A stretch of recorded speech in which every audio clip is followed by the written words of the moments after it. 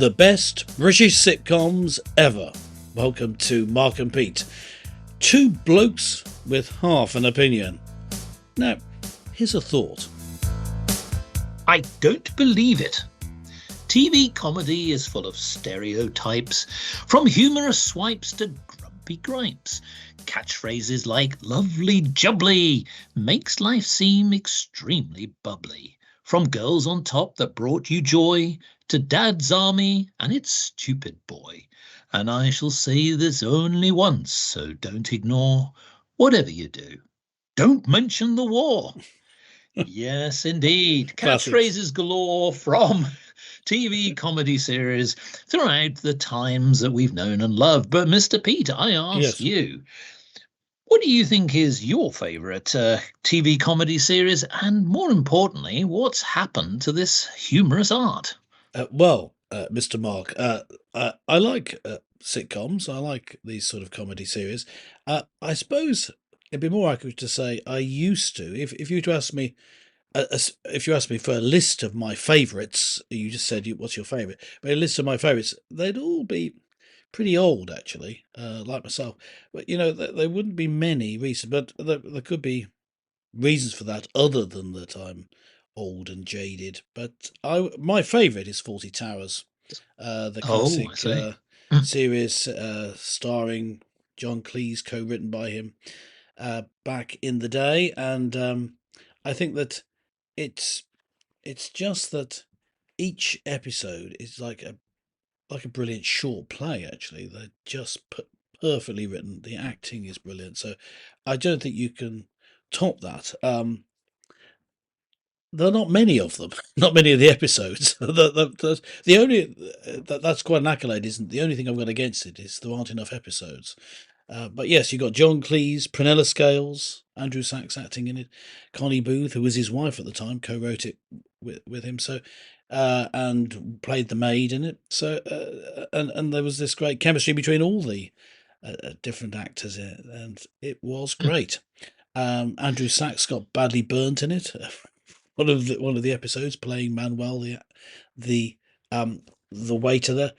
Classic times, but when you were just listing off in your poem the famous lines, couldn't help but chuckle. All those lines just bring a chuckle now, just thinking back to the series. But that's my favourite, Fawlty Towers. You can't fault it. Oh, indeed. Well, it's certainly on the top list, according to IMDb, and, of course, the British Comedy Guide. Now, we'll talk about which actually hits the top of the TV sitcoms in a minute, but I'll give you my favourites. Yes, go ahead. Now, you mentioned about each episode being almost like a special drama or an episode in itself. Yeah. Fawlty Towers, definitely, I would certainly have that. But there's one which really stands out for me, yummy, Porridge. Now, Ronnie Barker was a British actor. He was part of the Two Runners comedy sketch team, but Porridge was a really insightful and well-acted and well-written show.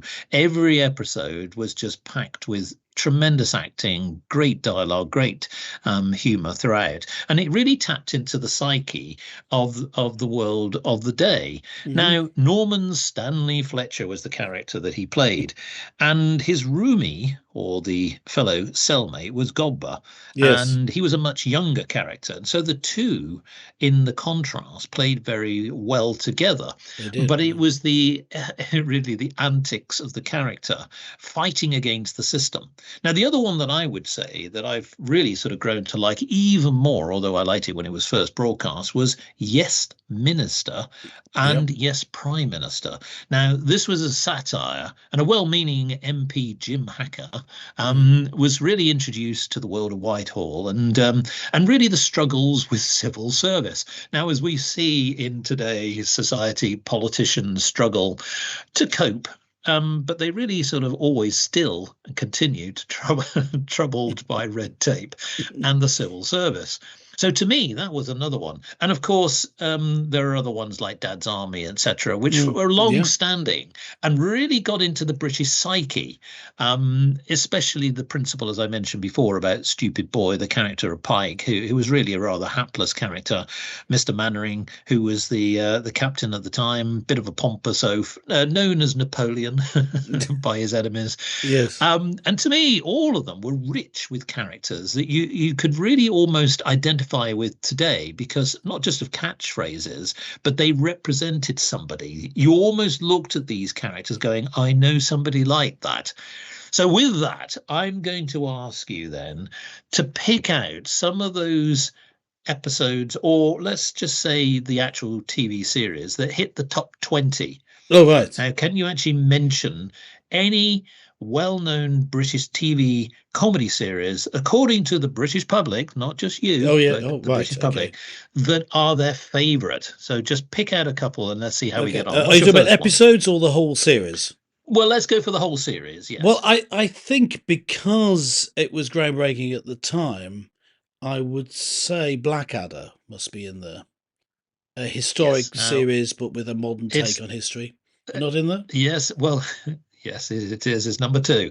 Blackadder, the dynasty that ran through English history. Now and that's basically what he was doing. Yeah. Now so there were 3 key characters there. Yes. Just to note for people who are not familiar with it. It was basically Blackadder, Baldric, and Percy and Melchett. Yes. Melchett being, and they all replicated themselves in different ways. They came back into life in different parts of history. Yeah. So Blackadder was a knight in the first one, then he was servant to the king in a later one, and then in the final of the main series, although they made some other one-offs, he was a captain in the army. Blackadder goes forth in the First World War, wasn't he? And they went over the top. Is that correct? Was it the First World War? Blackadder goes forth. Was it the first or the Second World War? Yeah, I thought it was the first. And he goes over the top in the trenches. And right at the end, they do a serious episode, which I thought was one of the most ludicrous, misjudged episode I've ever seen. So at the end, instead of having a comedy ending, they had some serious soppy thing about, they've all died. And I thought I thought it was a huge letdown. Now, people said to me that they thought this was great. I don't believe them. I think people think that they have to say that it's great, because it just wasn't funny. Anyway, but I think that people would rate it higher because they think, I've got to do that higher because it had that all serious thing at the end. Yeah, well, it should have been funny because it was a comedy. Anyway, I didn't like that one last bit. I like the other ones. I like the rest of it. It was only that last bit. I would say, perhaps. Well, you mentioned Dad's Army. I think that's going to be up there, but you've already mentioned Dad's Army, without any doubt, is in that list, and it's number 4 on the list. Yeah, Only Fools and Horses, I'd say, because that was around a long time. Well, congratulations, ta-da! You've hit the jackpot. Yes, Only Fools and Horses. And I was going to say, sitcom about the most replayed. Oh, sorry, carry on. Finish. I was going to say that Only Fools and Horses is the number 1 voted TV comedy series of all time in Britain, and basically it plays around 2 market traders, Del Boy and his brother Rodney. Yes, yes. Written by John Sullivan, who, just had that insight into the area, I guess, and it went for. It should be noted as well about. It was about 20 years, wasn't it? It went. It's a little bit longer, but what's significant about this is it started in the 1980s, very early 80s, and actually its first 2 series bombed. It didn't actually really gain any traction, but the only reason that they managed to continue the series, well, folks, was a strike on and they had to so there's a major strike by broadcasters and production staff, and so they had to do a repeat, and as a result of the repeat it got greater recognition, and then further series were commissioned, and from there on history now that series I think it's up there. I mean, I think Fawlty Towers is just a step above every other series in terms of the writing, but that's up there certainly. And if you you were to say, well, which series has the best bits in it? Because there are so many of them, I guess it does win Only Fools and Horses, and there are many clips from it that you could see on YouTube, and of course other video platforms are available. You could go and perhaps it has more clips than any other series. I don't know if that's true, but there's lots of tiny segments of it that are very funny. The one that's, I think, viewed the most is the one where Del falls through the bar in a pub. Look it up. People find it very amusing. But that's it's got very strong characters. It's got silly slapstick humor and some over the top humor, but it's based in a very specific cultural context.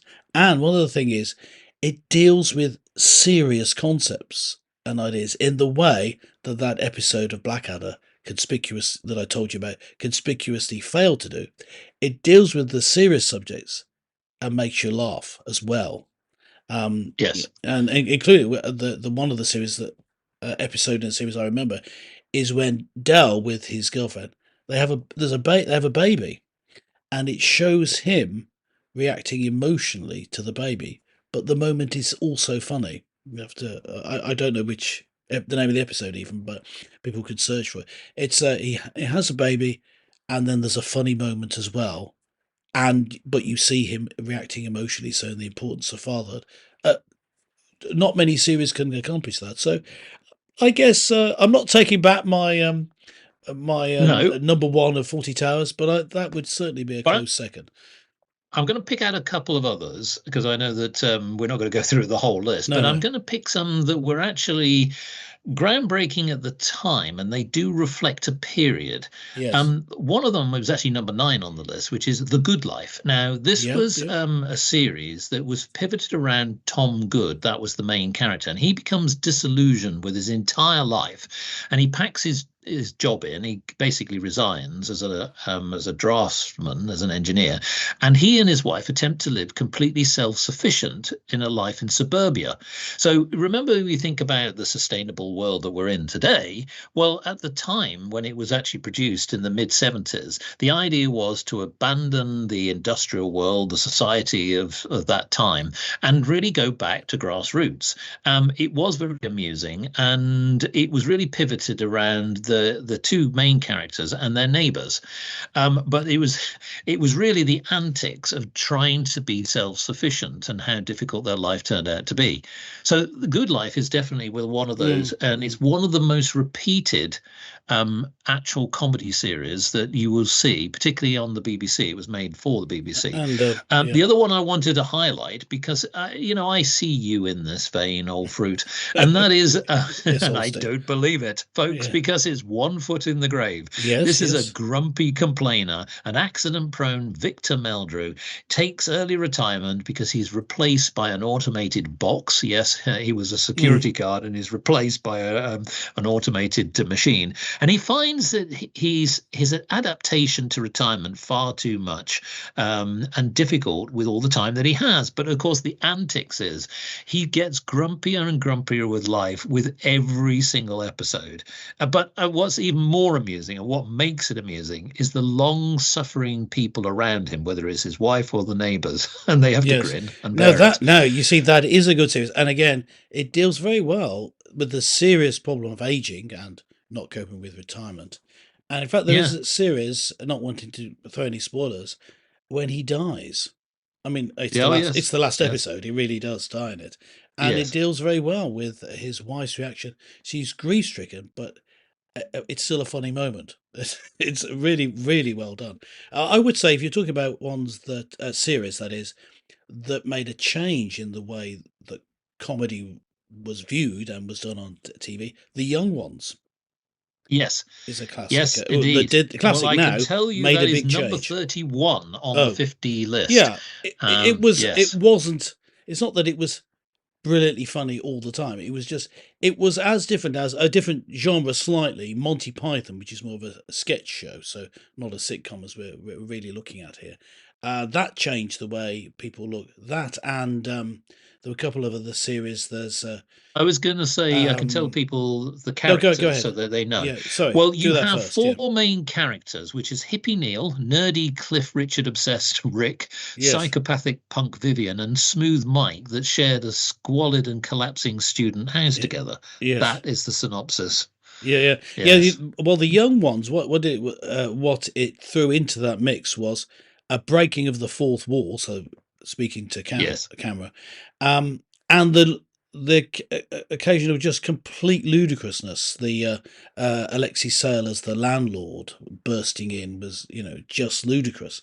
And there were various other sort of fantastical features to it. They didn't try and make the situation realistic, just funny. And sometimes that didn't work.